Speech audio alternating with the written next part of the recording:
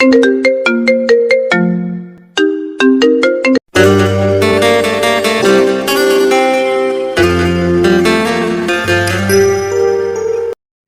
নতুন ভালোবাসার গল্প পেতে আমাদের চ্যানেলটি সাবস্ক্রাইব করে পাশে থাকা বেল আইকনে ক্লিক করুন। ধন্যবাদ। দীর্ঘ 6 মাস পর আজ ভার্সিটিতে যাচ্ছি। রাস্তায় বেরিয়ে চারদিকে দেখে নিলাম আশেপাশে কেউ আছে কিনা। নাই। আল্লাহ, বাঁশ খাওয়া থেকে বাঁচলাম। এমনিতেই পকেট ফুটো, তার উপরে যদি বাঁশ খাই তাহলে তো সবার কাছে হাত পেতে চলতে হবে। সবাই ক্ষমা করবেন, আপনাদের আমার পরিচয়টাই তো দেওয়া হলো না। আমি হলাম মোহাম্মদ আনোয়ার হোসাইন। এবার সবে মাত্র ইন্টার পাস দিয়ে ভার্সিটি ধরলাম। বাবার 2 মাত্র ছেলে, একটি ছোট বোন আছে। পড়ালেখার জন্য এই শহরে একাই থাকি, বাসা ভাড়া করি। পরিচয় তো অনেক দিলাম, এবার গল্পে আসি। মাথা নিচু করে হেঁটে হেঁটে ভার্সিটিতে ঢুকলাম।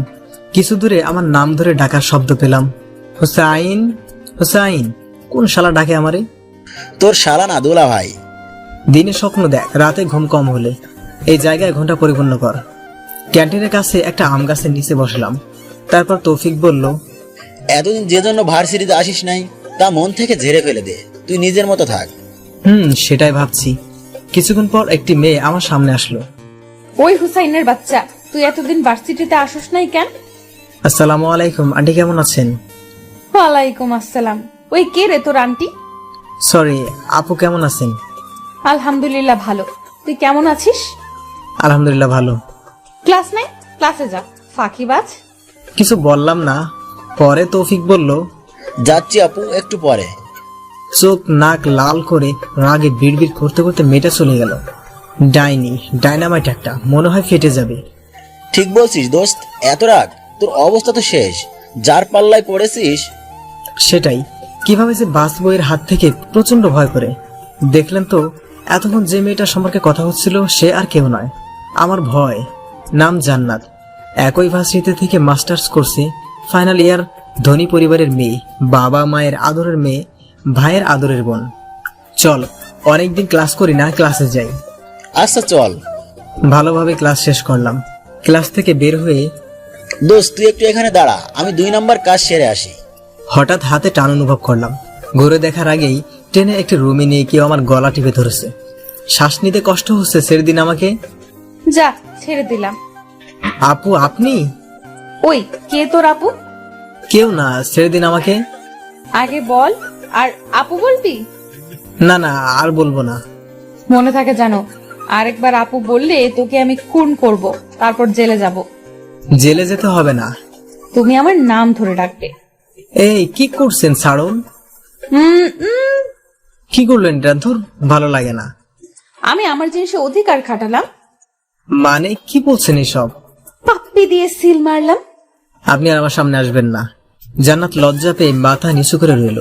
ছাড়িয়ে বাইরে বেরিয়ে আসলাম। মাথা ঘুরছে। যে জন্য এতদিন ভয়ে ভার্সিটিতে আসলাম না, সেই ভয় এখন পিছু পিছু তাড়া করছে। চল দোস্ত, আমার হয়ে গেছে। আচ্ছা চলো। বাসায় আসার পরে রান্না করলাম। তারপর খাওয়া দাওয়া করে বাড়িতে ফোনে কথা বলার পর বিছানায় শুয়ে আছি। আমার মাথায় শুধু 6 মাস আগের কথাই মনে পড়ছে, সাথে ভয় হচ্ছে। 6 মাস পূর্বের কথা। এইচএসসি পরীক্ষায় অনেক ভালো রেজাল্ট করে প্রথম ঢাকায় আসি একা ভর্তি পরীক্ষা দিতে। অবশ্যই ঢাকায় আমার অনেক আত্মীয় রয়েছে, কিন্তু কারো কাছেই যেতে মন চায় না। স্বাধীনতা বিনষ্ট হবে এই ভয়ে। রাতে একটি হোটেলে থাকতাম। সকালে ঘুম থেকে উঠে হলের দিকে যাচ্ছি ভর্তি পরীক্ষা দিতে। হঠাৎ 3-4 জন মেয়ে এসে আমার সামনে দাঁড়িয়ে কতক্ষণ আমাকে দেখলো, তারপর চারিদিক থেকে ঘিরে ফেললো। এখানে কি চান্দু, ভর্তি পরীক্ষা দিতে আসছো?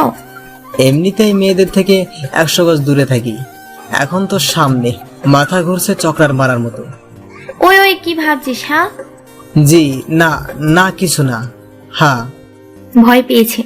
চান্দু, মানিব্যাগ আছে, বের কর। জি আছে, কিন্তু বের করব কেন? আমি বলছি তাই বের করবি।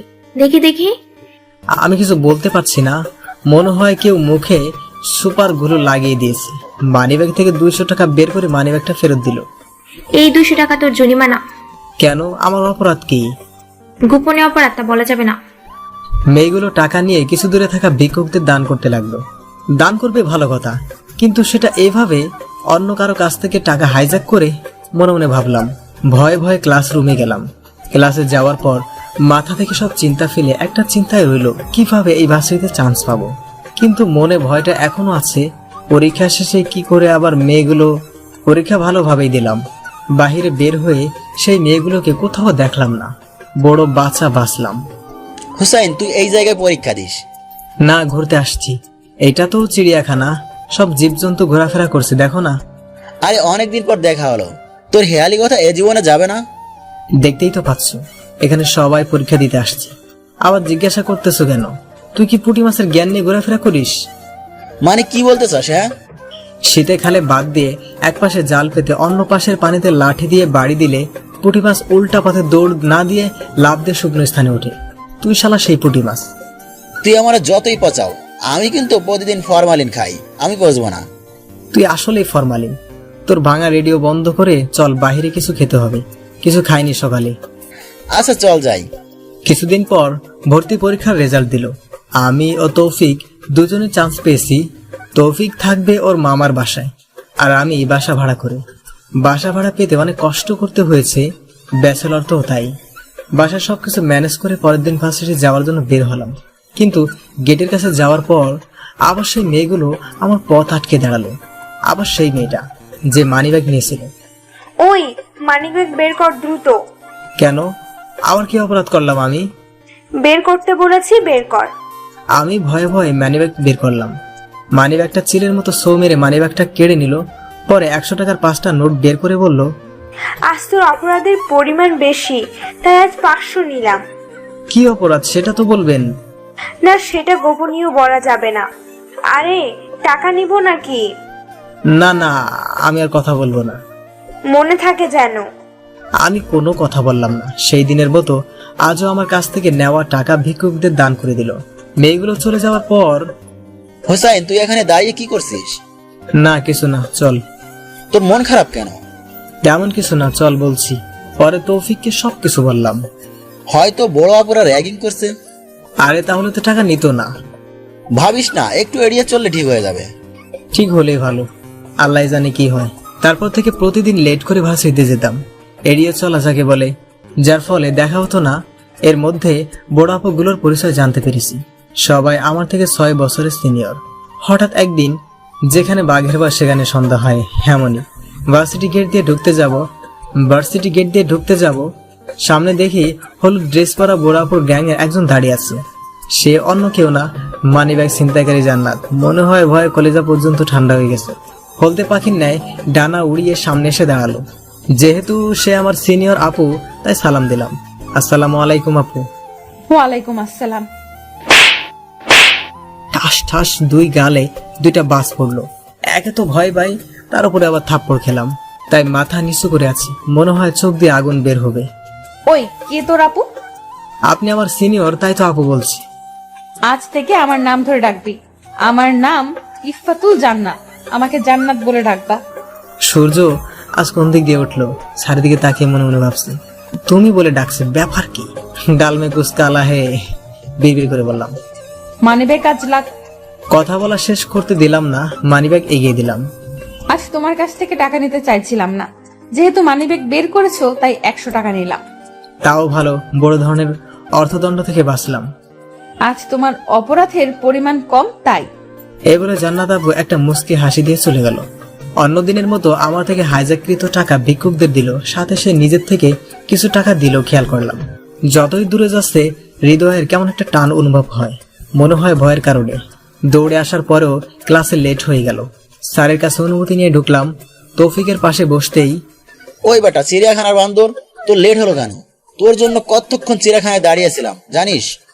আর বলিস না, চিড়িয়াখানার ডাইনি বুড়ি আজ ধরছে। তাছাড়া পেলি কিভাবে? আর কিভাবে, প্রতিদিন যেভাবে ছাড়ে। কিন্তু কি আদর করছে নাকি? ধুর, বদমাইশ। এই ছেলে, এটা কি মাছ বাজার পেয়েছো নাকি? তোমাদের বাসা কোথায়? আমি আর তৌফিক নিশ্চুপ।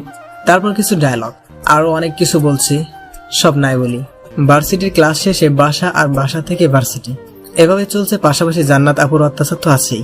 এমনিতে ব্যাচেলর লাইফ, তার উপর বাবার টাকায় চলা, সাথে ডাইনি বুড়ির মানি ব্যাগ অত্যাচার। মাসের শেষে পকেটের অবস্থা করুন। সারাদিন যেভাবে কাটুক, রাতে বাড়িতে কথা না বলে থাকতে পারি না।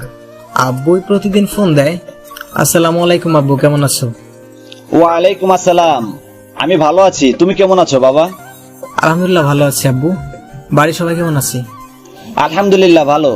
তা তোমার খবর কি? আজ ভার্সিটিতে গিয়েছো? হ্যাঁ গিয়েছি। কোনো সমস্যা আছে? তেমন কিছু না, তবে কিছু টাকা লাগবে। আচ্ছা, কাল বিকেলে পাঠিয়ে দেব, টেনশন করো না। ঠিক আছে।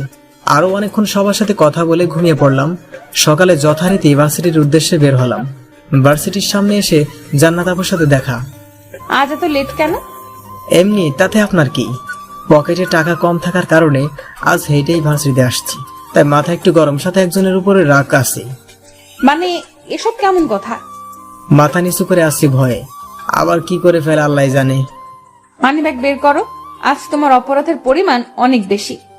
ভয়ে মানিব্যাগ বের করলাম, সাথে সাথে কেড়ে নিল। মাথা নিচু করে আমার টেনশন একটাই, যা টাকা আছে তা যদি নিয়ে নেয় তাহলে বিকাল পর্যন্ত চলবো কিভাবে। হঠাৎ চেন খোলার শব্দে সামনে তাকালাম, দেখি জান্নাত আপু তার পার্স ব্যাগ থেকে 2টি 500 টাকার নোট বের করে আমার মানিব্যাগে ঢুকিয়ে দিচ্ছে। আমি তো শুধু অবাক নয়, মনে মনে ইন্তেকাল করব। তারপর বেহেশতে বসে স্বপ্ন দেখছি। নাও তোমার মানিব্যাগ। আমাকে টাকা দিচ্ছেন কেন? আজকে এটাই তোমার শাস্তি। আমাকে আর কিছু বলতে না দিয়ে চলে গেল। ক্লাস শেষ করে বাহিরে বের হলাম। আজ তৌফিক আসে নাই, তাই একা একা লাগছে। কিছুদূর হাঁটার পরে কারোর সাথে ধাক্কা খেলাম। হঠাৎ যার সাথে ধাক্কা খেয়েছি সে আমার শার্টের কলার ধরল, তারপর বলল, এই তোর নাম কি রে? আমার নাম আনোয়ার হোসেন। কোন ইয়ারে পড়ো? অনার্স ফার্স্ট ইয়ারে। ভার্সিটিতে আসো কি মেয়েদের পিছনে ঘুরতে? মনে হয় ভাজা মাছটা উল্টাতে পারে না। এই ছেলে, এসব কি শুনছি? কি শুনছেন? আমার অপরাধ কি? তুই নাকি আমার বোনের পিছনে ঘুরঘুর করিস? না, আমি তো কোনো মেয়ের সাথে কথা বলি না। আর আপনার বোনকে, তাকে তো আমি চিনিই না। আমার বোনের নাম জান্নাত, মাস্টার্স পড়ে এই ভার্সিটিতে। আজ কিছু বললাম না, কিন্তু খবরদার যদি আমার কানে কিছু আসে বা আমি যদি কিছু দেখি তাহলে একবারে খুন করে ফেলবো। জান্নাত নামটা শুনে আমার শরীর কাঁপাকাঁপি শুরু হয়ে গেছে। যাকে ভয় পেয়ে দূরে দূরে থাকার চেষ্টা করি, কিন্তু সে তো। আর যদি মনে করিস আমি খুন করতে পারি না, তাহলে এই শহরে আমার নাম নিস, জানতে পারবি আমি কি জিনিস। আমার নাম মেহেদি চৌধুরী। আমি ভয়ে আর কিছু বললাম না। জান্নাত আপুর ভাই এবং তার বন্ধু আরো কিছু উত্তম মাধ্যম থ্রেড দিয়ে চলে গেল। এখন নিজের প্রতি নিজের রাগ হচ্ছে। কেন পারি না জান্নাত আপুর উপর রাগ করতে? এখন তো মেয়েদের পিছনে ঘোরার অপবাদ, তার উপরে খুনের হুমকি। জীবন গোমরা মনে হয় কানের নিচে দিয়ে অবস্থান করছে। একটু বেশি নড়াচড়া করলে খসে পড়বে এমন অবস্থা। ভার্সিটি থেকে বাসায় আসলাম, কিছুই ভাল লাগছে না। ওয়াশরুমে ঢুকে ঝর্ণা ছেড়ে ঘন্টা খানিক সময় গোসল করলাম। টেনশনের কারণে দুপুরে না খেয়ে ঘুমিয়ে পড়লাম। বিকেলে, হ্যালো, আসসালামু আলাইকুম। হ্যালো, ওয়ালাইকুম আসসালাম। আবু কেমন আছেন? আমরা সবাই ভালো আছি। বিকাশে টাকা পাঠিয়েছি, পেয়েছো? আব্বু, এখনো তো মেসেজ আসে নাই। আপনি কল কেটে দেন। কল কেটে দেওয়ার পর ব্যালেন্স চেক করে দেখলাম টাকা জমা হয়েছে। আব্বুকে কল দিয়ে জানালাম টাকা আসছে। বিকেলে বাইরে ঘুরতে বের হলাম, তৌফিক আছে সাথে। তৌফিককে সকালের ঘটনা সব খুলে বললাম। সব তো শুনলাম, বড় লোকের বিরাট কারবার। ওরা যদি কাউকে মেরে ফেলে তাতে ওদের কিছু যায় আসে না, টাকা দিয়ে সবার মুখ বন্ধ করে রাখে। তুই এখন থেকে জান্নাত আপুর থেকে দূরে থাক। ওই শালা, আমি কি জান্নাত ডাইনি বুড়ির সাথে কথা বলি নাকি?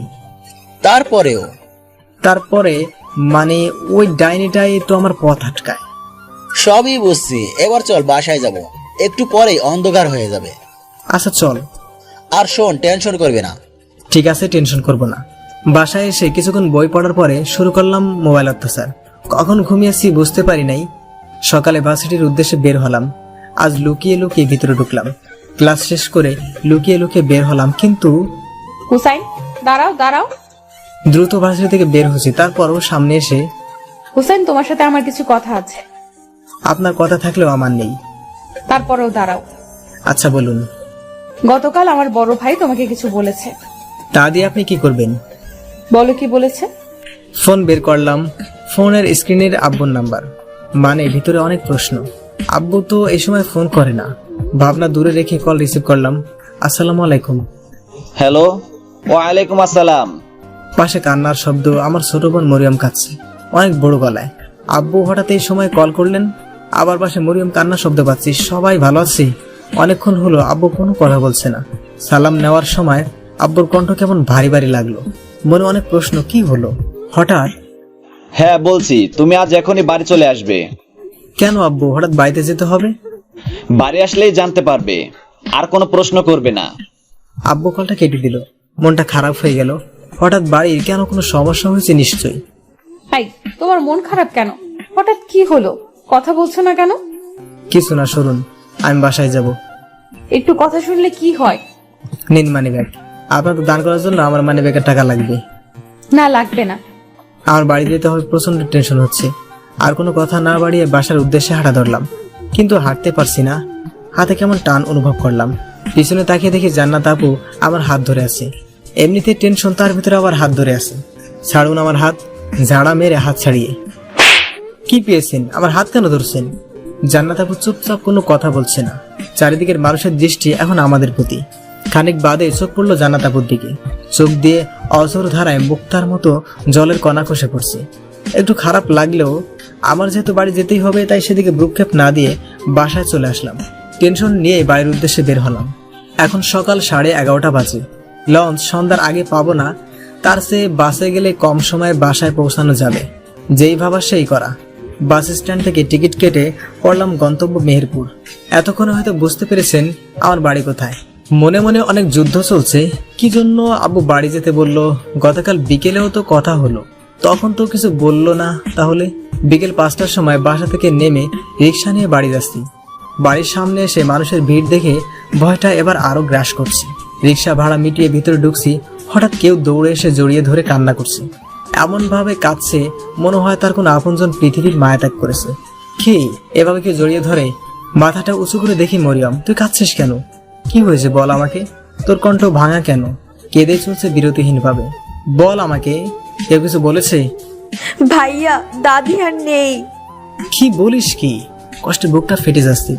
এই জন্যই কেউ আমাকে জানায়নি আমার দাদু আমাকে ছেড়ে চলে গেছে। আমার দাদুর কিছু হতেই পারে না। কই আমার বউ, কই আমার বুড়ি? দাদিকে বউ আর বুড়ি বলে ডাকতাম। ভাইয়া, কেউ আর তোকে সাবেনা বলে ডাকবে না।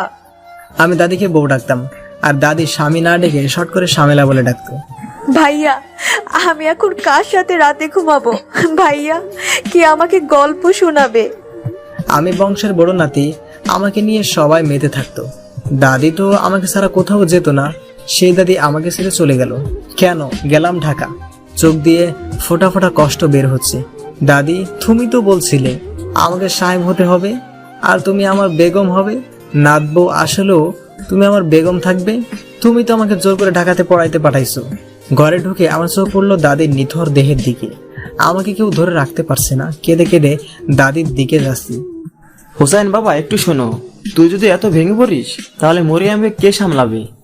মামা তো ঠিকই বলেছে, মরিয়মকে কি সামলাবে। মামা, মরিয়ম কই? আমার কাছে নিয়ে আসো। ভাইয়া, আমি মরিয়ম, মরিয়ম, কি হয়েছে? সকাল থেকেই কেঁদে যাচ্ছি, কিছু খায়নি, তাই হয়তো জ্ঞান হারিয়েছে। চোখের পানি ছিটিয়ে মরিয়মের জ্ঞান ফেরালাম। এই বুড়ি, আর কাঁদবি না। ভাইয়া। আব্বু দূর থেকে আমাদের দেখছে, কিন্তু কাঁদছে না, হয়তো মনের ভিতরে ঝড় বইছে। সন্ধ্যায় দাদিকে পারিবারিক কবরস্থানে রেখে এসেছি। বাড়ির সামনে বন্ধুদের সাথে কথা বলছিলাম, হঠাৎ বাড়ির ভিতরে কান্নার আওয়াজ পেয়ে ভিতরে গেলাম। দেখে আব্বু সারাদিনের কান্না ধরে রাখতে না পেরে মামা বলে ডাকছে আর কাঁদছে। আব্বু, এভাবে কেঁদো না, কাঁদলে কি দাদি ফিরে আসবে? আমার মনের ভিতরে কষ্ট, তবুও থামানোর চেষ্টা করেছে। কোনো কথাতেই থামছে না, কেউ পারছেও না কান্না থামাতে। কোনো উপায় না পেয়ে চারিদিকে মরিয়মকে খুঁজছি। মরিয়ম, এদিকে আয়। আব্বু, আজ থেকে এটা তোমার মা। মরিয়মকে এগিয়ে দিয়ে। মা, আমার মা। আব্বুর কান্না দেখে মরিয়ম জোরে জোরে কাঁদছে। মরিয়মের কান্না দেখে আব্বু কান্না বন্ধ করে মরিয়মকে থামানোয় ব্যস্ত। 2 দিন পরে দাদির নামে মিলাদ অনুষ্ঠানের আয়োজন করা হয়। আমি অনেক কেঁদেছি, কিন্তু লুকিয়ে লুকিয়ে। যে জায়গায় যাই সে জায়গায় দাদির মুখটা ভেসে আসে। দাদির মৃত্যুর 41 দিনের মাথায় আবার মিলাদ পড়ানো হয়। সবাই এখন মোটামুটি স্বাভাবিক আচরণ করছে। হুসাইন, তোমার সাথে একটু কথা ছিল। হ্যাঁ আব্বু, বলেন। বাবা, যে যাবার সে তো যাবেই। আল্লাহর সৃষ্টি সকলকে মৃত্যুর স্বাদ ভোগ করতে হবে। আমি চাই তুমি তোমার দাদির ইচ্ছা পূরণ করো। আচ্ছা আব্বু, কয়েকদিন পরে ঢাকা চলে যাব। কিছুদিন যাবৎ কেমন যেন মাঝে মাঝে মাথা ঘোরে, খাবার তেতো লাগে, রাত্রে জ্বর আসে। আমার শরীরের অবস্থা খারাপ দেখে হাসপাতালে ভর্তি করানো হয়েছে। অনেকগুলো টেস্ট করে ডাক্তার জানালো আমার জন্ডিস হয়ে টাইফয়েড জ্বরে রূপান্তরিত হয়েছে। দাদির মৃত্যু, টাইফয়েড, আরো বিভিন্ন কারণে ঢাকায় যেতে পারিনি। আজ রওনা করছি। আমার যাওয়ার কথা শুনে সবাই কাঁদছে। একজনকে সামলানো যাচ্ছে না, সে আর কেউ না, আমার আদরের ছোট বোন মরিয়ম। অনেক বুঝে বাসা থেকে বের হয়ে আমি বাড়ির সামনে আসলাম। দাদির কবর জিয়ারত করে পিছনে ঘুরে আব্বুকে জড়িয়ে ধরলাম। পাশে আব্বু এবং মরিয়ম দাঁড়িয়েছিল। আমি আম্মুকে জড়িয়ে টপ টপ করে চোখের পানি ফেললাম। আম্মু মরিয়মকে কখনো একা ছাড়বে না, ও তো দাদির সাথে বেশি থাকতো, তবে সবসময় তোমার সাথে রাখবে। আমি সেটা বুঝি, তোকে বলতে হবে না। সবার কাছ থেকে বিদায় নিয়ে মরিয়মের কাছে আসলাম। দুই গালে হাত দিয়ে মুখটা উঁচু করে কপালে চুমো দিলাম সাথে। তারপর বললাম, সবসময় আব্বু আমার কথা শুনবি, আর প্রতিদিন স্কুলে যাবি, ভালোভাবে পড়াশোনা করবি, ঠিক আছে? আচ্ছা ঠিক আছে, তুমি সাবধানে যাবে। মরিয়মের সাথে কথা বলে আর পিছনে না তাকিয়ে রিক্সা উঠলাম। আজ লঞ্চে যাব, তাই বিকেলে রওনা করছি। পরের দিন তৌফিককে কল করলাম। তৌফিক, আমি ঢাকা আসছি, বিকেলে একটু বাসায় আসবি। বিকেলে? আচ্ছা ঠিক আছে, আসবো বিকেলে। শোন, অনেকদিন ভার্সিটিতে যাই না, এতদিন কি পড়ানো হয়েছে জানি না। নোটসগুলো যদি কালকে দিতি তাহলে ভালো হতো। এইভাবে বলছিস কেন? তুই বললেই তো নোটস গুলো হাজির করে দিতাম। আচ্ছা রাগ করিস না, কালকে ভার্সিটিতে যাব। ভুলেও ভার্সিটির কথা মুখে আনিস না। কেন, কি হয়েছে? শালা, আমি এতদিন কি জ্বালাইছিলাম তা আমি নিজেই জানি। জান্নাত আপু তো তুই বাড়ি যাওয়ার পর থেকে জিজ্ঞাসা করছে তুই কোথায়, আসবি কবে। প্রথম তোর দাদির কথা বলে পার পেতাম, এখন তো প্রতিদিন যথারীতি হুমকি দেয়। কি হুমকি দেয়? কি বলছে তাহলে শোন। ওই তৌফিকের বাচ্চা হোসাইন কই, আসবে কবে, সত্য করে বল, না হলে তোরে কুচি কুচি করে কেটে ডাস্টবিনে ফেলে রাখবো। আর হুসাইনের যদি পাই, ওরে আমি কাঁচা চিবিয়ে খাবো। কোন রাক্ষসীর পাল্লায় পড়লাম দোস্ত? তাই তো বলি, আপাতত তোর ভার্সিটিতে যেতে হবে না, যা নোটস লাগবে আমি এনে দেবো, পরিস্থিতি বুঝে তারপরে ভার্সিটিতে যাবি। আচ্ছা তাই করব। ভয় থেকে লুকিয়ে লুকিয়ে কাটিয়ে দিলাম অনেকটা দিন। হঠাৎ একদিন বিকেলে তৌফিক বাসায় আসলো। দোস্ত, একটা দুঃসংবাদ আছে। কি বল তাড়াতাড়ি। তুই যেটা ভাবছিস সেটা নয়। শালা বনিতা না করে তাড়াতাড়ি বল। আসলে আজ ভার্সিটির নোটিশ বোর্ডে দেখলাম 50% উপস্থিতি না থাকলে ফর্ম ফিল আপ করতে দিবে না। শালার এতদিন ছিলাম ট্যামের উপর, এখন বিস্ফোড়া। কি বলছিস উল্টা পাল্টা? বিস্ফোড়া পেকে গেছি, কিছু একটা তো করতেই হবে। ফাটিয়ে ফেল। শালা মজা নাও, আমি বাঁচিনি আমার জ্বালায় আরো হাসছি। মারিস না, ব্যথা পাই। এবার জান্নাত আপুর সাথে বোঝাপড়া করতেই হবে। আমাকে এখন প্রতিদিন ভার্সিটিতে যেতেই হবে, নয়তো পরীক্ষা দিতে পারবো না। আমি গেলাম, সন্ধ্যা হয়ে গেছে। এই ছিল 6 মাস পূর্বের ঘটনা। এবার বাস্তবে আসি। অনেক তো মনের ভিতরে লুকিয়ে থাকা গোপন স্মৃতি কান পেতে শুনলেন। এবার বর্তমান কি হয় সেটাই দেখার পালা। দেখবেন তো নাকি পালিয়ে যাবেন। সন্ধ্যার সময় হালকা কিছু রান্না করে খেয়ে নিলাম। সবাই বলে বাঁচতে হলে জানতে হবে, আমি বলি বাঁচতে হলে খেতে হবে। রাতে আব্বুর সাথে কথা বলে ঘুমিয়ে পড়লাম। পরের দিন সকালে বাসা থেকে বের হয়ে একটি রিক্সা নিলাম, কিন্তু কিছুদূর যাওয়ার পর রিক্সার টায়ার ব্লাস্ট হয়ে গেল। কোনো উপায় না পেয়ে হেঁটে হেঁটে ভার্সিটির সামনে আসলাম। এমনিতেই হেঁটে হাঁপিয়ে মাথা গরম, তার ভিতরে যথারীতি আমার ভয় জান্নাত আপুর সামনে এসে দাঁড়ালো। আবার আপনি? হ্যাঁ আমি। কোনো সমস্যা? অনেক সমস্যা, আপনি আর আমার সামনে আসবেন না। আসবো কি আসবো না সেটা আমি বুঝবো। কেন আসবেন না তা তো জানি, টাকা লাগবে, তাই তো নিন টাকা। চমকে উঠলো, সাথে অসহায়ের মতো তাকিয়ে, লাগবে না আমার টাকা। তারপরেও বলছি, আজকের পর থেকে আপনি পথে আসবেন না। আসবো। আসলে কি করবি তুই? আপনাকে কিছু বলতে পারবো না, কিন্তু একটা কাজ করতে পারবো। কি কাজ করতে পারবি? এই ভার্সিটি থেকে চলে যাব। জান্নাত আপুর দিকে তাকিয়ে বুঝলাম সে চমকের শিখরে পৌঁছে গিয়েছে। প্রায় 2 মিনিট নীরবতা পালন করে বলল, আমি সামনে আসবো না, তবে 2টা শর্ত আছে, মানলে আসবো না। আমি কেন আপনার শর্ত মানতে যাব? শর্ত না মানলে নাই, আমিও সামনে আসবো, কথা বলবো। আচ্ছা, আগে শর্ত বলুন, তারপরে দেখি মানবো কিনা। 1, কোনো মেয়ের দিকে তাকানো ও কথা বলা যাবে না। 2, ভার্সিটি থেকে কোথাও যাওয়া যাবে না। এমনিতেও আমি কোনো মেয়ের দিকে তাকাই না, কথা বলা তো দূরের থাক। আর এই ভার্সিটি থেকে কখনোই যাব না। এটা কোনো শর্ত? মনে মনে বললাম। কোনো কিছু না ভেবেই বললাম, আমি আপনার 2টো নয় 3টে শর্তেই রাজি। 3টা শর্ত মানে? 1-এর ভিতর 2। আচ্ছা আপনি খুঁজুন, আমি আসি। আর আমার শর্ত মনে থাকে যেন। ঠিক আছে, যদি শর্ত ভঙ্গ করো তাহলে তোর খবর আছে। তোর একদিন কি আমার যতদিন লাগে। জান্নাত আপু মন খারাপ করে চলে গেল, আর আমি ক্লাসে গেলাম। কি রে হুসাইন, আজ এত লেট কেন? বলিস না দোস্ত, আজ ডিনামাইট বোমাটা মাটি দিয়ে আসছি। আজও পথ আটকিয়েছিল? আজ সবকিছু মিটমাট করে ফেলেছি, আর আসবে না। দেখ তাই যেন হয়। এরপরে তৌফিকের সাথে শর্তের কথা বললাম। নিজের শর্তে নিজেই ধরা খেয়েছে। ক্লাস শেষে ভার্সিটির গেট দিয়ে বের হওয়ার সময় আরে দোস্ত, জান্নাত আপু এত ভদ্র হলো কিভাবে? নিজের শর্তে নিজেই ভালো এবং ভদ্র হয়ে গেছে। দেখ দেখ, কটকটির মা রাগে কটমট করছে। আমি আর চোখে দেখলাম, একবার আমার দিকে আর অন্যদিকে তাকায়। আমাকে না দেখার ভান করে মনে হচ্ছে অবুঝ খোকা, থুকু খুকি, কিছুই বোঝে না। দোস্ত, এই জায়গায় বেশিক্ষণ থাকা নিরাপদ নয়, যে কোনো সময় পারমাণবিক বোমাটা ফাটতে পারে। আমার বিকাশ থেকে টাকা বের করব, একটু অপেক্ষা কর। আচ্ছা তাড়াতাড়ি কর। কিছুক্ষণ পর মারামারি শুরু। জান্নাত আপু মারছি। আহ, ও মা গো! কি মেয়ে রে বাবা, মেরেই ফেলবে নাকি? একটু দয়া মায়াও নেই? আসলে ওই ছেলেটি হচ্ছে জান্নাত আপুর ফ্রেন্ড। এতক্ষণ আমি মারের ঘুরে ছিলাম। দোস্ত, তোর টাকা পয়সা পরে তুলিস, আগে ভাগ। চোরের মতো পালিয়ে আসলাম। হ্যালো দোস্ত, একা ভার্সিটিতে যাব না, আমাকে নিয়ে যাবি? আচ্ছা নিয়ে যাব, এখন বাসার বাইরে বের হ। বাসা থেকে বের হয়ে ভয়ে ভয়ে ভার্সিটিতে আসলাম। আগের দিনের চেয়ে জান্নাত আপু আরো বেশি ভদ্র, কারোর সাথে কোনো কথা বলছে না। আর চোখে না তাকিয়ে চল ক্লাসে যাই, সময় হয়ে গেছে। ক্লাস শেষে দোস্ত, গতকাল জান্নাত আপু একটা ছেলেকে মারছিল, মনে আছে? হ্যাঁ আছে, কি হয়েছে তাতে? ওই ছেলেটা জান্নাত আপুর সাথে পড়ে। গতকাল জান্নাত আপুকে প্রপোজ করেছিল, তাই ওই ছেলেটাকে নাকি মারছে। কি বলিস? এভাবেই চলছিল প্রতিদিন। লুকিয়ে লুকিয়ে দেখতাম জান্নাত আপু আমাকে দেখছে, সামনে আসতো না, এমনকি কথাও বলতো না। দোস্ত, ক্যান্টিনে যাই। চল যাই, আমার খুব ক্ষুধা পেয়েছে। ক্যান্টিনে বসলাম। একটু দূরে জান্নাত আপু একা একা বসে আমার দিকে দেখছে আর চোখ মুছছে। চোখ রক্ত বর্ণ ধারণ করেছে। আমার খুব খারাপ লাগছে। হঠাৎ কি হলো?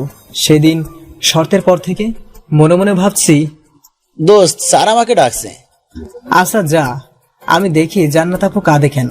দেখি গিয়ে তৌফিক চলে যাওয়ার পরে আমি জান্নাত আপুর কাছে আসার সাথে সাথেই না ঠোঁটে মুছতে মুছতে বললাম, কি হলো? আপনি আমার সিনিয়র আপু হয়ে এটা কি করলেন? সি, এটা আপনি কিভাবে পারলেন? আমি আবার কি করলাম? আহা, এখন কিছুই বোঝে না, দুধের ধোয়া তুলসীর পাতা। আমার ঠোঁটে চুমু দিলেন কেন? দিয়েছি বেশ কিছু, আরো দিব। মাথা ছাড়াতে পারছি না, এত শক্ত করে মাথা চেপে ধরেছে, মনে হচ্ছে শ্বাস বন্ধ হয়ে মারা যাব। আহ, আরো লাগবে বাবু? ছাড়া পেয়ে জোরে শ্বাস নিচ্ছি। আপনি আপনার দেয়া শর্ত ভঙ্গ করলেন। আমি কোনো শর্ত ভঙ্গ করিনি। তাহলে এগুলো কি ছিল? আমি তো তোমার কাছে আসিনি, এসেছো তুমি। সেটা না হয় ভুল হয়েছে, তাই বলে আপনি সিনিয়র আপু হয়ে আমাকে জড়িয়ে ধরে ঠোঁটে চুমু খাবেন? খেয়েছি, বেশ করেছি, আরো খাবো। সি সি আপু। আমি শর্তের দিন মনে মনে একটা সিদ্ধান্ত নিয়েছিলাম, যেদিন তুমি আমার জন্য কষ্ট পাবে, আমার কাছে আসবে, সেদিন আমি তোমায় আপন করে নিব। আমি তো আপনার কাছে আসিনি। তাহলে এতক্ষণ আমার কাছে এসে কেন বললে আমি কাঁদছি কেন? আমার কান্না থামাতে বললে কেন? ওটা তো আপনি একা একা বসে কাঁদছিলেন, তাই দেখে খারাপ লাগছে, তাই আপনার কান্না থামাতে বললাম। I love you, I really love you. একে তো শর্ত ভঙ্গ করছেন, তার উপরে এসব বলছেন আমি থাকবো না আর এই ভার্সিটিতে। না না, আমি আর বলবো না। আপনার কোনো কথাই আমি বিশ্বাস করি না। ঠিক আছে, আমার কোনো কথা বিশ্বাস করতে হবে না। এটা তো বিশ্বাস করো, আমি এই ভার্সিটিতে আর 1 মাস আছি। জানি। আর 1 মাস পর চলে যাব, ঠিক আছে? কোনো কথা না বলেই আমার জায়গায় এসে বসলাম। তৌফিক ফাঁকি বাসটা এখনো আসে না কেন? কাজের কথা বলে প্রিন্সিপালের রুমে গেল। আর কতক্ষণ বসে থাকবো ক্যান্টিনে? ওই কালা বান্দর শালা এতক্ষণে আসার সময় হলো। কি করব, প্রিন্সিপাল ব্যস্ত ছিল তাই লেট হয়েছে। জান্নাত আপু চলে গেছে। ওই নামটা আমার সামনে আর নিবি না। কেন, আবার কি করলো? কি করেনি সেটা বল। আর তো 1 মাস, তারপর গায়ে হাওয়া লাগিয়ে ঘুরিস। চল এখন। চলেন মশাই। 1 মাস ভার্সিটি আসতে যেতে সময় হয়ে গেছে। কয়েকদিন যাবৎ লক্ষ্য করছি জান্নাত আপু বারবার সামনে আসে, কিন্তু কোনো কথা না বলে মুচকি হাসি দিয়ে চলে যায়। আজ জান্নাত আপুর বিদায় নিয়ে চলে গেছে, সাথে আমার ভয়টাও অনেক ক্লান্ত থাকার কারণে সন্ধ্যায় ঘুমিয়ে গেছে। আম্মু আসসালামু আলাইকুম। ওয়ালাইকুম আসসালাম। আম্মু কেমন আছো? বাড়ির সবাই কেমন আছে? হ্যাঁ, সবাই ভালো আছে। একটা কথা শোন, আমার চাচাতো ভাইয়ের মেয়ে বিদেশ থেকে এসে তোর ভার্সিটিতে ভর্তি হবে। বাবা একটু সাথে থাকিস। আম্মু ঠিক আছে, থাকবো। আমার নাম্বারটা দিয়ে দিও। আচ্ছা। আমরা মধ্যবিত্ত হলেও আম্মুর বাবার বাড়ির সবাই অনেক টাকাওয়ালার মালিক। রাতে একটি আননোন নাম্বার থেকে কল আসে। জানতে পারি আম্মুর কাছ থেকে নাম্বার পেয়েছি। পরের দিন ভার্সিটিতে আসতে বলে কল কেটে দিলাম। সকালে সমানভাবে বিভিন্ন প্রসাধনী মেখে ভার্সিটির সামনে গেলাম। এমনিতে কিছু মাখি না, কিন্তু আজ নতুন কারোর সাথে দেখা করতে যাব, তাই যাতে খ্যাত না বলে। অনেক খোঁজার পরে পেলাম। দেখতে মাশাল্লাহ, চোখ ফেরানো যায় না, মুখ থেকে কোনো কথা বের হচ্ছে না। হ্যালো, আমি সিদ্ধাতুল মুনতাহা। আমাকে মুনতাহা আপু বলে ডাকতে পারো। মুনতাহা আপু কেন ডাকবো? কারণ আমার ডাক নাম মুনতাহা, আর আমি তোমার সিনিয়র। ওহ, এত সিনিয়র আপুরাই কেন আমার ভাগ্যে পড়ে? জুনিয়র কি আদৌ জুটবে না? আচ্ছা, জান্নাত আপু তো তাকে আপু বলতাম, দেখে সে রেগে যেত। সে আমাকে জান্নাত বলে ডাকতে বলতো, তাহলে কি সে আমাকে সত্যি সত্যি ভালোবাসে? এই ছেলে, কি ভাবছো? না না, কিছু না। চলুন আপু, আপনার ভর্তির কাজ কমপ্লিট করি। হ্যাঁ, চলো যাই। ভর্তির কাজ শেষ করে মুনতাহা আপুকে নিয়ে পুরো ভার্সিটি ঘুরিয়ে দেখালাম। চল আমার সাথে। কোথায় যাব? আমার বাসায়। বাবা আমার থাকার জন্য নতুন ফ্ল্যাট কিনেছে, সেটা গোছাতে একটু সহযোগিতা করবে। কোনো কথা না বলে মুনতাহা আপুর সাথে বাসায় চলে আসলাম। গাড়ি থেকে নেমে হাঁটছি বাসার ভিতরে ঢোকার জন্য, কিন্তু একটা বিষয় মনে খসখস করছে। কেউ একজন আমার দিকে দেখছে। চারিদিকে তাকিয়ে দেখতে পেলাম না। মুনতাহা আপুর ফ্ল্যাট গুছিয়ে দিয়ে দুপুরে তার বাসায় খেয়ে বিকেলে বাসায় আসলাম। পরের দিন যথারীতি ভার্সিটিতে আসলাম। মুনতাহা আপুর সাথে তৌফিকের পরিচয় করিয়ে দিলাম। তারপর তৌফিকের কাজের কথা বলে চলে গেল। সময় কাটানোর জন্য আমি এবং মুনতাহা আপু বসেছিলাম। আজও মনে হচ্ছে কেউ পিছনে আছে, কেউ আমাদের ফলো করছে। তাহলে কি মুনতাহা আপু কাউকে সন্দেহ হওয়ার কারণে পিছনে দেখলাম? দূরে কেউ একজন আমাদের দেখছে, একটা ছেলে। কেউ কি মুনতাহা আপুর পিছু নিয়েছে? আসতেও পারে, তার বাবা অনেক সম্পদশালী। তাছাড়া সে দেখতে মাশাল্লাহ চাঁদের পরীর মতো, খে সফট তার অধর। সে আমি কি ভাবছি? আপু চলো বাসায় যাব। আর একটু থাকি, ভালোই তো লাগছে। একটু বসার পরে আমি মুনতাহা আপুকে তার বাসায় রেখে আমাদের বাসা থেকে যাচ্ছি, কিন্তু আবারও কি আমাকে ফলো করছে। পিছনে ঘুরে দেখি সেই ছেলেটা আমার পিছনে। ভয়ে শরীর থেকে ঘাম ঝরছে। আমাকে সে মারবে না তো? কেন আমাকে ফলো করছে? উল্টা পাল্টা অনেক কিছু ভাবলাম। ভাবতেই ভাবতেই বাসার ভিতরে ঢুকে গেলাম। ভয়ে ভয়ে নির্ঘুম রাত পার করছি। সকালে ভার্সিটির সামনে আসার পর সেই ছেলেটির সাথে আরো কয়েকটা ছেলে আমার সামনে দাঁড়ালো। এই তুই দাঁড়া, তোর সাথে কথা আছে। আমি কিছু করিনি, আমাকে যেতে দিন। তোর সাথের মেয়েটার নাম কি? তা দিয়ে কি করবেন? যেটা জানতে চাইলাম সেটা বল, নয়তো তোর কপালে খারাপই আছে। মুনতাহা। তোর কি হয়? আপু হয়, মামাতো বোন। যা হয় হোক, ওর থেকে 3 হাত দূরে থাকবি, নয়তো তোকে ভ্যানিশ করে দিব। আমার আপুর সাথে আমি থাকবো। তোকে কি বলি কানে যায় না, নাকি মারের প্রয়োজন? আমি তো ঘেমে শেষ, মানে জ্ঞান হারালাম ভয়ে। জ্ঞান ফিরে দেখি আমি বাসায়। মানে আমি এতক্ষণ ঘুমিয়েছিলাম। চারিদিকে হালকা আলো চোখে পড়ছে। ঘড়ির দিকে চোখ পড়লো 5:30, মানে সকাল। এতক্ষণ আমি স্বপ্ন দেখছি। স্বপ্ন আবার সত্যি হবে না তো? ভার্সিটি যাচ্ছি, আজ ভয়ের পরিমাণ অনেক বেশি স্বপ্নের কারণে। ভার্সিটিতে পৌঁছে সামনেই ছেলেটাকে দেখতে পেলাম। তখনই হুসেইন, বাসায় আসলি না কেন?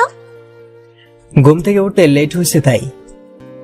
বুঝলাম, ফোন তো দিতে পারতি। এমনি দেইনি। চল ক্যান্টিনে যাব, সকালে কিছু খাইনি।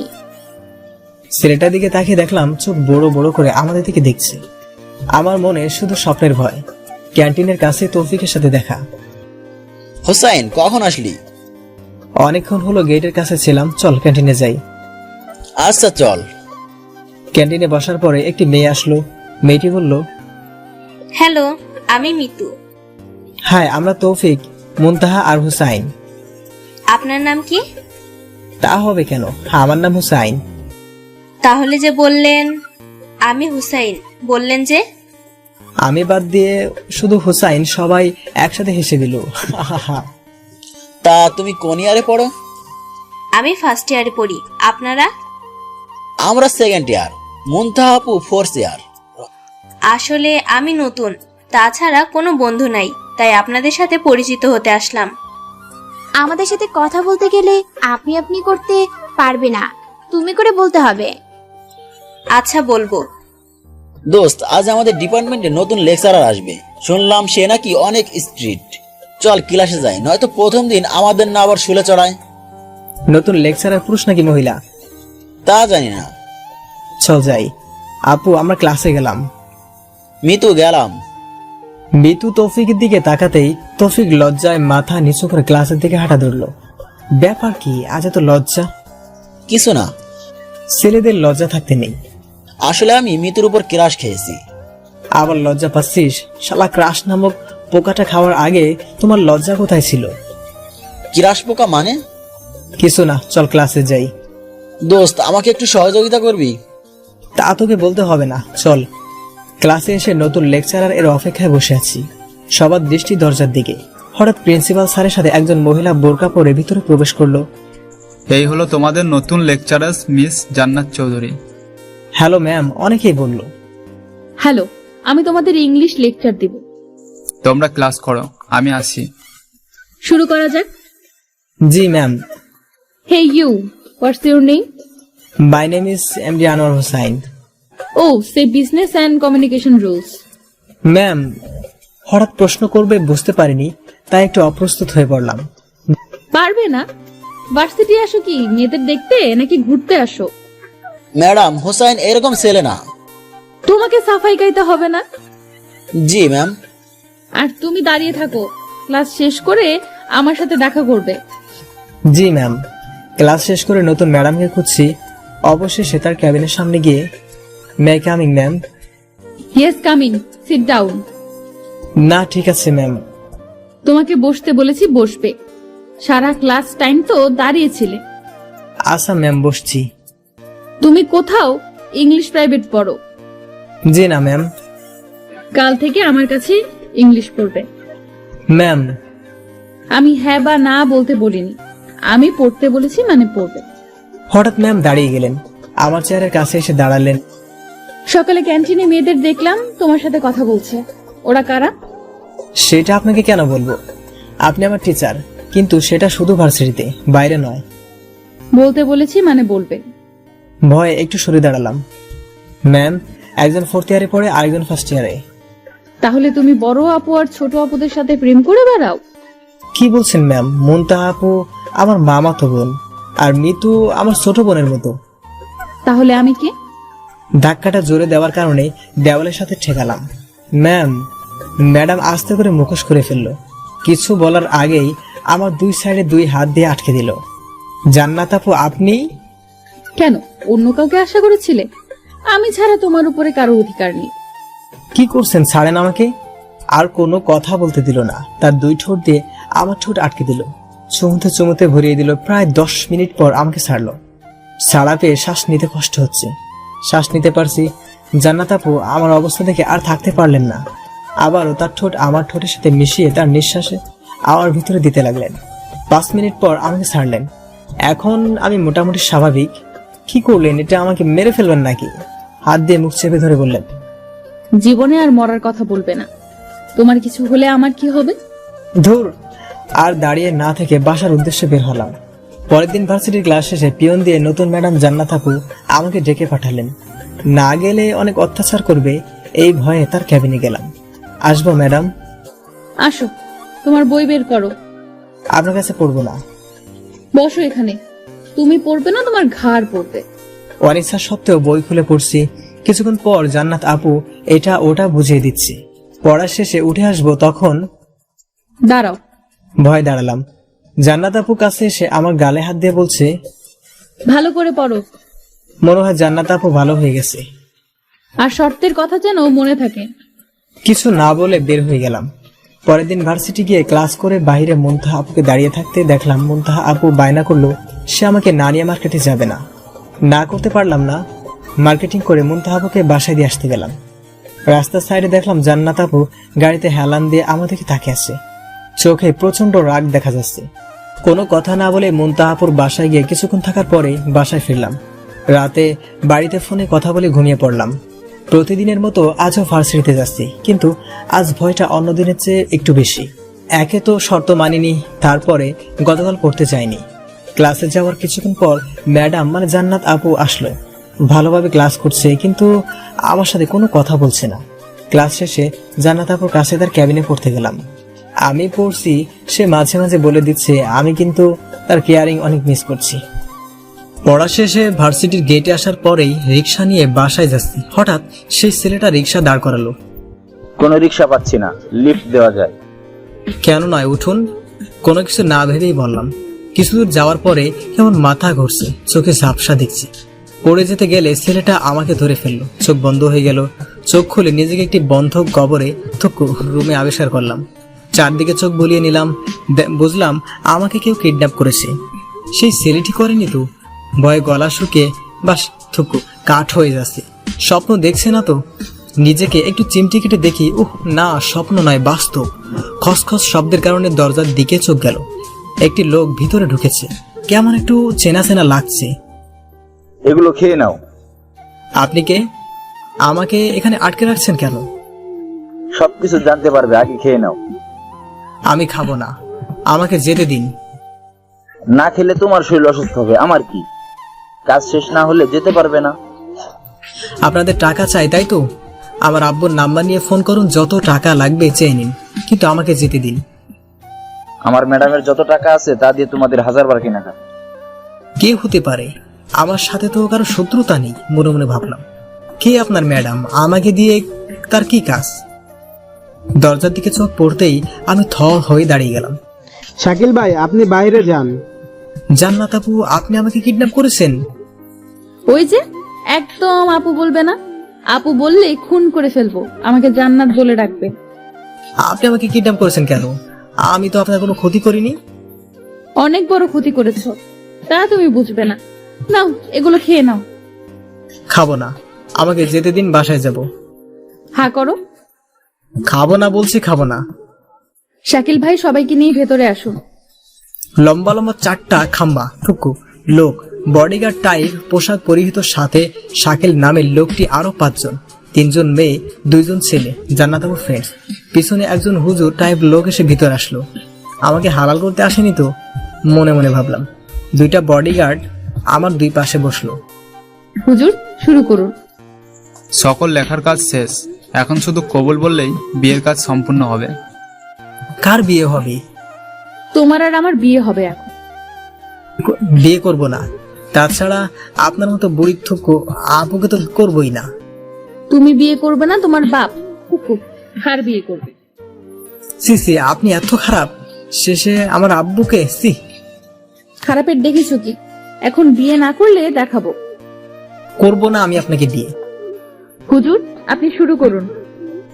বিসমিল্লাহির রহমানির রাহিম। বলুন বাবা কবুল, বলুন বাবা কবুল। কবুল বল। বলবো না কবুল। কবুল বলো, নয়তো আমি তোমাকে খুন করে ফেলবো। করুন খুন। আমাকে খুন করলে আপনাকে জেলে যেতে হবে। কবুল বলো, নয়তো আমি তোমাকে খুন করে জেলে যেতে রাজি আছি। ছুরি ধারালো হওয়ার কারণে ছুরির মাথা লেগে বুক হালকা কেটে গেছে। এখনো কবুল বল, নয়তো। কি করবেন? খুন করুন, খুন। রক্ত বের হয়েছে, আর একটু জোরে আঘাত করুন, তাহলে খুন হয়ে যাবে। না, তোকে খুন করব না, নিজেকে শেষ করে দেব। ছুরি দিয়ে হাতে একটা টান দিল। রক্তে হাত একাকার, গল গল করে রক্ত বের হচ্ছে। কোনো উপায় না পেয়ে জান্নাত আপুর হাত চেপে ধরলাম, যাতে রক্ত বের না হয়, কিন্তু রক্ত বন্ধ হওয়ার নাম নিচ্ছে না। ছাড়ো আমাকে, আজ নিজেকে শেষ করে দেব। সবাই থামানোর চেষ্টা করছে, কেউ কাছে আসবে না। ভয়ে কেউ কাছে যাচ্ছে না। বলবে কবুল নাকি আবার কাটবো? আমি নিশ্চুপ হয়ে জান্নাত আপুর দিকে তাকিয়ে, জান্নাত আপু কেন পাগলামি করছেন? আমি তোমার জন্য পাগল, তাই পাগলামি করছি। কবুল বলবে। আবার হাতে ছুরি চালিয়ে দিল। রক্তে ফ্লোর লাল হয়ে যাচ্ছে। আমার জন্য কেউ নিজেকে শেষ করে দিচ্ছে। জান্নাত আপুর কিছু হয়ে গেলে নিজেকে কখনো ক্ষমা করতে পারবো না, মনে মনে ভাবলাম। কবুল বলবে, শেষবারের মতো বলছি, বলবে কবুল? বলছি কবুল বলছি। তাড়াতাড়ি বলো, নয়তো চালিয়ে দিলাম। বলুন বাবা কবুল। তাড়াতাড়ি কবুল বলো। বলছি আবুল কবুল। আরো 2 বার কবুল বলুন। বলছি কবুল। এবার আপনি কবুল বলুন মা। কবুল কবুল কবুল কবুল। হাত থেকে ছুরি ফেলে দিয়ে দৌড়ে এসে আমাকে জড়িয়ে ধরলো। রক্তে আমাকে মাখামাখি করে দিয়েছে। বুকে হালকা ভেজা দেখে শার্টের উপরে 2টা বোতাম খুলে ফেললো। দেখলো রক্ত জমে আছে। শক্ত করে জড়িয়ে ধরে, অনেক ব্যথা পেয়েছো তাই না? নিজের হাতে কাটার পরিমাণ বেশি, সেই দিকে খেয়াল নেই। শাকিল ভাই, ফার্স্ট এড বক্সটা নিয়ে আসুন। জি ম্যাম। দেখি, এখানে বসো। বুকে কাটা অংশে ড্রেসিং শুরু করলো। আপনার বেশি কেটেছে, আগে আপনারটা রক্ত বন্ধ করুন। না, আগে তোমারটা। আমার বুকের কাটা অংশে ড্রেসিং করে ব্যান্ডেজ করে দিল। এখন জান্নাত আপু তার ডান হাত দিয়ে বাম হাত ড্রেসিং করছে। ড্রেসিং করার পরে ব্যান্ডেজ করার চেষ্টা করছে, কিন্তু পারছে না। কোনো উপায় না পেয়ে, আপু আমার কাছে দিন, আমি ব্যান্ডেজ করে দিচ্ছি। কে তোমার আপু? কেন, আপনি? রাগের সাপের মতো ফুসফুস করছে, কিছু বলছে না। নিন, ব্যান্ডেজ করা শেষ। আর কিছু বলতে দিল না, ধাক্কা দিয়ে খাটের উপর ফেলে দিল। অনবরত গালে, কপালে, নাকে, মুখে চুমু দিয়ে যাচ্ছে। শেষে ঠোঁটে চুমু দিয়ে কামড়ে দিল। এবার বলো, আর আপু বলবে? আপনি তো আমার সিনিয়র, 6 বছরের বড়। আপনাকে আপু বলবো না তো কি বলবো? কেন, বউ বলবে, কারণ আমি তোমার বিয়ে করা বউ। আপনি আমার জোর করে বিয়ে করেছেন, আমি এই বিয়ে মানি না। আমার ভালোবাসা দিয়ে আস্তে আস্তে সব মানিয়ে নিব। তাছাড়া আমি কোনো কাজ করি না, আপনাকে আমি কি খাওয়াবো? আমার আব্বু আম্মু শুনলে কত কষ্ট পাবে জানেন? আমি আছি তো, সব সমস্যা আমি সমাধান করব, আর তোমাকে কোনো কাজ করতে হবে না। জান্নাত আপু, তারপরেও আমি এই বিয়ে মানতে পারবো না। আবার আপু বলছো? জান্নাত বলো। আচ্ছা বলছি জান্নাত, কিন্তু আমি এই বিয়ে মানতে পারবো না। তুমি কি চাও আমি নিজেকে শেষ করে দেই? না না, আমি এই বিয়ে মানবো। ছুরি ফেলে দিয়ে জড়িয়ে ধরলো। আর কোনো দিন যদি এসব কথা বলো তাহলে আমার লাশ পাবে। এত ভালোবাসেন আমাকে? আমার জীবনের চেয়ে বেশি। হুম। তুমি তো কিছু খাওনি, চলো খাবে। না, আমি কিছু খাবো না। হা করো। জোর করে খাওয়াই দিল। চলো আমাদের বাসায় যাব। কেন? আপনার বাসায় কেন? বাসার কেউ জানে না আমি তোমাকে বিয়ে করেছি, জানাতে হবে। তাছাড়া আব্বুর দোয়া নিতে হবে না। আমি যেতে পারবো না, আপনি যান। যাবে কিনা বলো, নয়তো নিজেকে। আচ্ছা যাব। সবসময় হুমকি, সবসময় হুমকি। সামনে কি হবে মনে মনে ভাবলাম। ভয়ে ভয়ে জান্নাতের বাড়ির দিকে ঢুকছি। জান্নাত আমার হাত ধরে টেনে নিয়ে যাচ্ছে। এ তো বাড়ি নয়, রাজপ্রাসাদ। দাঁড়াও, এই ছেলেটি কে? বাবা, ও হুসাইন, তোমাদের জামাই। কি, তুমি আমাদের না জানিয়ে বিয়ে করেছো? আসলে বাবা, এই মুহূর্তে ছেলেকে আমার বাসা থেকে বের করে দাও। এই কে, কোথায় আছিস? দারোয়ান, দারোয়ান। বাবা আমি ওকে ছাড়া থাকতে পারবো না। এই ছেলে, বের হও আমার বাড়ি থেকে। জান্নাতের হাত ছাড়িয়ে বের হয়ে যাওয়ার জন্য চেষ্টা করছি, কিন্তু জান্নাত আমার হাত ছাড়ছেই না। বাবা, হুসাইনকে যদি বের করে দাও তাহলে আমিও এই বাড়ি ছেড়ে চলে যাব। তুমি আমার মেয়ে হয়ে এই কথা বলতে পারলে? তুমি যদি এই ছেলেকে ছাড়তে না পারো তাহলে আমি তোমাকে ত্যায্যপুত্র করব। তুমি আমার প্রপার্টির কোনো কিছুই পাবে না। বাবা, তুমি এই কথা বলতে পারলে? আমি না তোমার আদরের প্রিন্সেস? এই তোমার ভালোবাসা বাবা? বের হয়ে যাও আমার বাড়ি থেকে। দারোয়ান, এদের আমার বাড়ি থেকে ঘাড় ধাক্কা দিয়ে বের করে দাও। বাবা, বেরিয়ে যাও আমার বাড়ি থেকে। তোমাদের আমি যেন আমার বাড়ির আশেপাশে না দেখি। জান্নাত আপু, আপনি থাকুন, আমি চলে যাই। আমার জন্য আপনাদের ভিতরে সমস্যা কেন করবেন? চুপ, একদম চুপ, আর একটা কথা বলবে না। জি স্যার। গার্ডের আসলো। এদের ঘাড় ধাক্কা দিয়ে বের করে দাও। জি স্যার। তোমরা পারবে না, তাহলে আমি বের করছি। জান্নাতের মা এতক্ষণ ধরে চুপ করে আছে, কিছু বলছে না। স্বামীকে অনেক ভয় পায়। জান্নাতের বাবা আমার শার্টের কলার এবং জান্নাতের হাত ধরে টানতে টানতে বের করে দিয়ে দরজা আটকে দিল। বাবা, তুমি এটা কিভাবে করলে বাবা? উঠুন, আপনি এখানে থাকলেই পারতেন। তুমি আবার কথা বলছো? আমি আর আপনার সাথে খেলবো না, আমার সব খেলনা ফিরিয়ে দেন। তা কেন খেলবে না? আপনি আমাকে সবসময় ধমক দেন, তাই। ওলে আমার পিচ্চি জামাইটা রাগ করেছে। এখন আপনি কোথায় যাবেন, কোথায় থাকবেন? কোথাও যাব না। তাহলে কি এখানে, মানে রাস্তায় থাকবেন? কেন, তুমি যেখানে থাকবে আমিও সেখানে থাকবো। না, আপনাকে আমার সাথে নেব না। তুমি আমাকে তোমার সঙ্গে নিতে বাধ্য, কারণ আমি তোমার বিয়ে করাবো। আমি এই বিয়ে মানতে পারবো না। জান্নাত আপু দৌড়ে রাস্তার মাঝখানে চলে গেল। কি করছেন? আমি তোমাকে ছাড়া বাঁচতে চাই না। কিছুক্ষণ ভেবে, ঠিক আছে আপনি আমার সাথে থাকবেন, কিন্তু আমি যেখানে থাকি সেখানে আপনাকে নিয়ে থাকা যাবে না। কেন? তুমি থাকতে পারলে আমি কেন পারবো না? কারণ যারা থাকে সকলেই ব্যাচেলর। আচ্ছা, আগে তোমার বাসায় চলো, তারপর নতুন বাসা বের করা যাবে। আসুন আমার সাথে। একটা সিএনজি নিয়ে বাসার সামনে আসলাম। এতক্ষণে সন্ধ্যা হয়েছে। বাসার ভিতরে ঢুকে বাড়িওয়ালার ফ্ল্যাটে গেলাম। পরিচয় করিয়ে দেওয়ার পর বাসা ছাড়ার কথা বললাম। যেহেতু তোমরা বিবাহিত, রাত তো হয়ে গেল, আজ আর বাসা কোথায় পাবে, তাই বলছিলাম আজ এখানেই থাকো, কাল বাসা খুঁজে অন্য বাসায় উঠবে। আপনাকে অনেক ধন্যবাদ। আমি ঠিক একই কথা বলতে চাইছিলাম। ধন্যবাদ দেওয়ার কি আছে, তাছাড়া বুঝতেই তো পারছো এখানে 1 তলা থেকে 5 তলা পর্যন্ত অফিস হিসেবে ভাড়া দেওয়া হয়। 6 তলাতে আমরা থাকি, 7 থেকে 10 তলা ব্যাচেলার এবং স্টুডেন্টদের ভাড়া দেওয়া হয়। আমি সবকিছুই জানি। তোমাকে নিয়ে তো আমার কোনো টেনশন ছিল না, তুমি তো একা থাকতে, কিন্তু এখন তো তুমি একা নও। তারপরে বলবো যেখানে থাকো ভালো থাকো। আচ্ছা, আপনারাও ভালো থাকবেন। কোথায় যাচ্ছ নতুন বৌমাকে নিয়ে? রাতের খাবার খেয়ে তারপরে উপরে যাবে। জোর করেই রাতের খাবার খাওয়ালো। তারপরে আমার রুমে 8 তলায় যাচ্ছি। লিফটে উঠলাম। লিফটে কয়েকজন সিনিয়র ভাই ছিল। তারা আমার দিকে, জান্নাত আপুর দিকে লোলুপ দৃষ্টিতে তাকিয়ে আছে। শালা তোর বোনের দিকে তাকিয়ে আছো, মনে চায় কোম্পানির বদমাইশগুলোরে লিফটের জানলা দিয়ে নিচে ফেলে দিই। থুকু, লিফটের তো জানলা থাকে না। লিফটের 8 তলায় থামার পর সামনে কয়েকজন সমবয়সী এবং জুনিয়র ভাইদের সাথে দেখা। তোমাদের ভাবি। ভাই, আপনি বিয়ে করেছেন? আমাদের একটু জানালেন না? আমি নিজেই জানি না আর তোমাদের। তালা খুলে জান্নাত আপুকে ভিতরে নিয়ে গেলাম। যান, ফ্রেশ হয়ে আসুন, ওই রুমে যান, ওখানে ওয়াশরুম আছে। তুমি ফ্রেশ হবে না? আমি অন্য ওয়াশরুম ব্যবহার করছি। ফ্রেশ হয়ে আসার পরেই।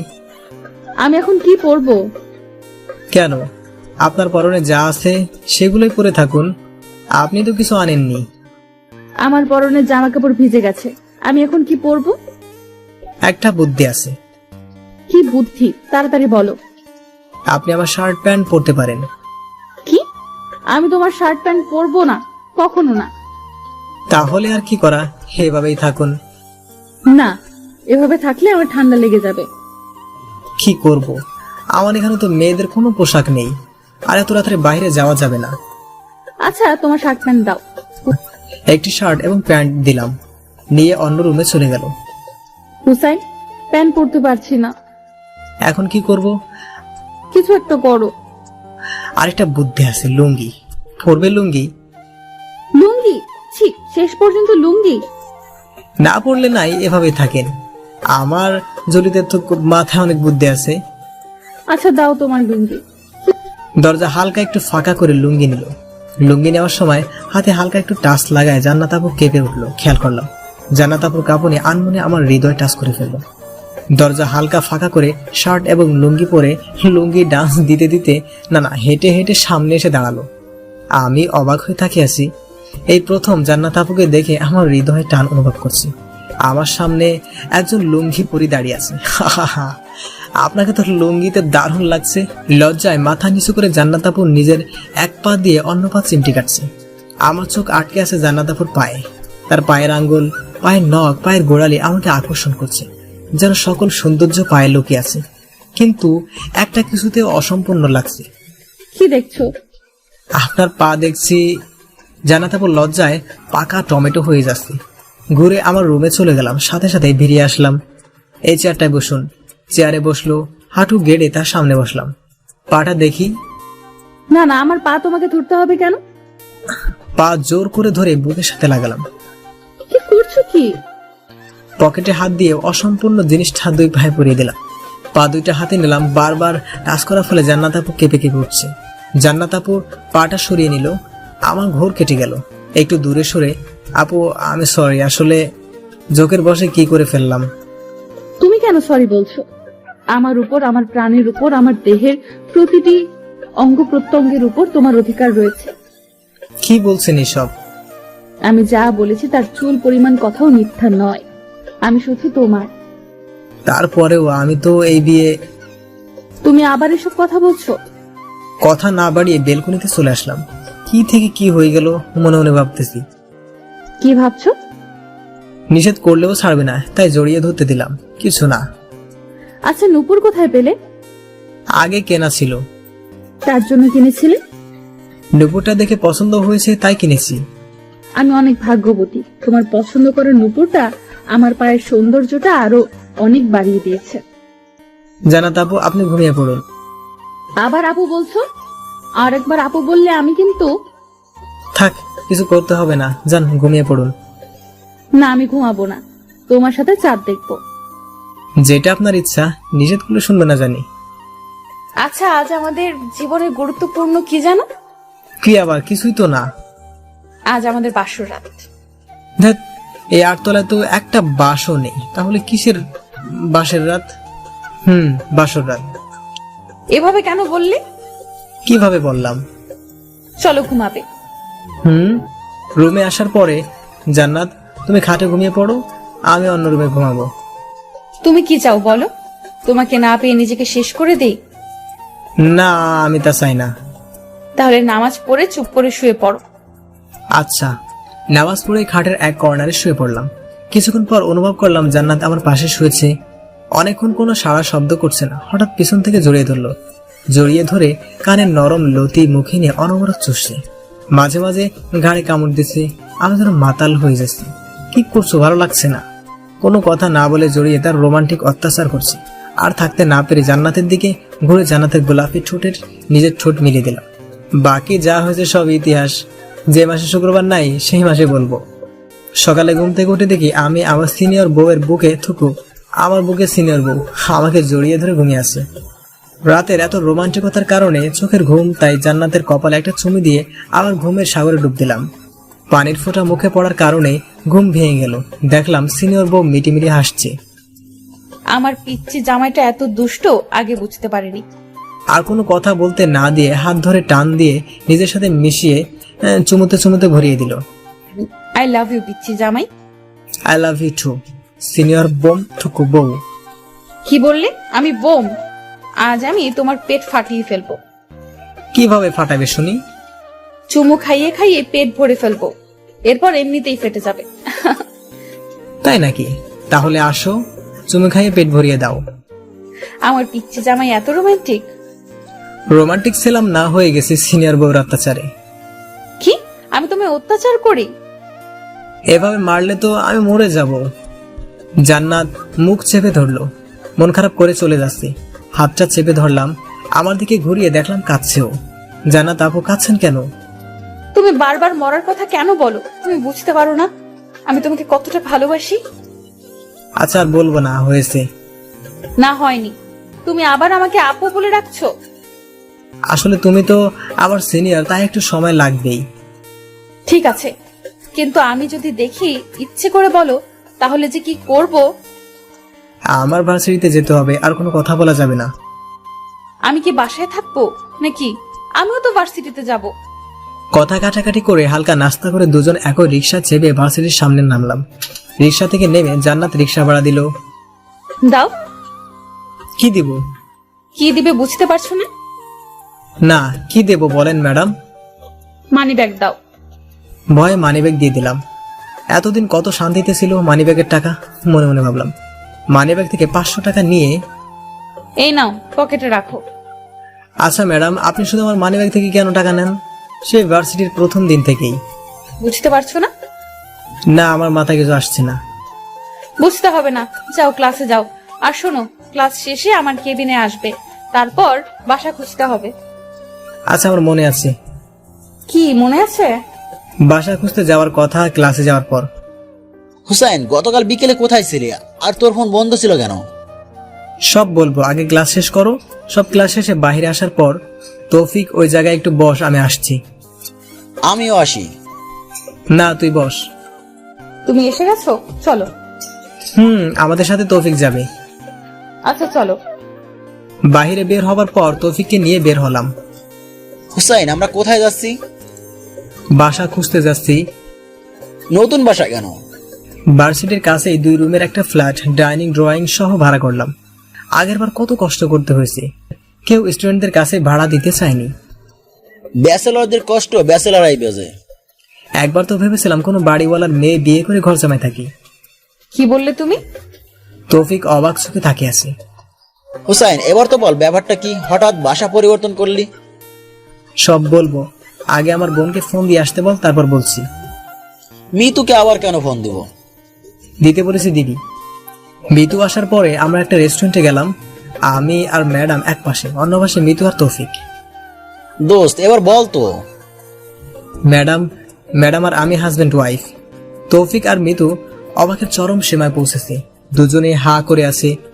মুখ বন্ধ কর তোরা, মুখে মাছি ঢুকবি। কি বলছিস? যা শুনছো তাই। মেশিন নষ্ট নাকি, ব্যাটারি লাগবে? মস্করা বাদ দিয়ে বল কিভাবে কি। তৌফিক ও মিতুকে সব বললাম। ভাইয়া আমাদের একটু জানালেন না? নিজেই তো জানতাম না। তৌফিক ও মিতুকে ট্রিট দিয়ে আমি ও আমার ম্যাডাম বউ নতুন বাসায় উঠলাম। বাসার সবকিছু ঠিক করতে করতে রাত 10টা। তৌফিককে বিদায় দিলাম। অনেক ক্লান্ত থাকার কারণে সিনিয়র বউকে জড়িয়ে ধরে চুলের ঘ্রাণ নিচ্ছি, মাঝে মাঝে ঘাড়ে নাক ঘষছি। জান্নাত কেঁপে কেঁপে উঠছে আর রোমান্টিক অত্যাচার করছে। আর থাকতে না পেরে জান্নাতের দিকে ঘুরে জান্নাতের গোলাপি ঠোঁটের সাথে নিজের ঠোঁট মিলিয়ে দিলাম। বাকি যা হয়েছে সব ইতিহাস। যেই মাসে শনিবার নাই সেই মাসে বলবো। সিজন 1 শেষ, সিজন 2 জন্য অপেক্ষা করুন। কি পাঠক পাঠিকারা, আপনাদের লজ্জা করে না? কি ভিউয়ার্সরা, আপনাদের লজ্জা করে না? অন্যদের মিশন দেখছেন, যান যান আপনারা আপনাদের মনের মানুষের সাথে মিশন শুরু করেন। কিন্তু শর্ত, আপনার মনের মানুষের সাথে কিন্তু বিয়ে করে তারপর মিশন শুরু করতে হবে। আগে করলে কিন্তু জিনা করার গুনাহ হবে। আল্লাহ হাফেজ। হ্যালো বন্ধুরা, গল্পটি কেমন লাগলো অবশ্যই কমেন্ট করে জানাবেন। যদি ভালো লাগে একটা লাইক করবেন, আর সাবস্ক্রাইব করে না থাকলে অবশ্যই সাবস্ক্রাইব করবেন। আর কেমন গল্প শুনতে চান সেটাও জানাতে পারেন। ধন্যবাদ।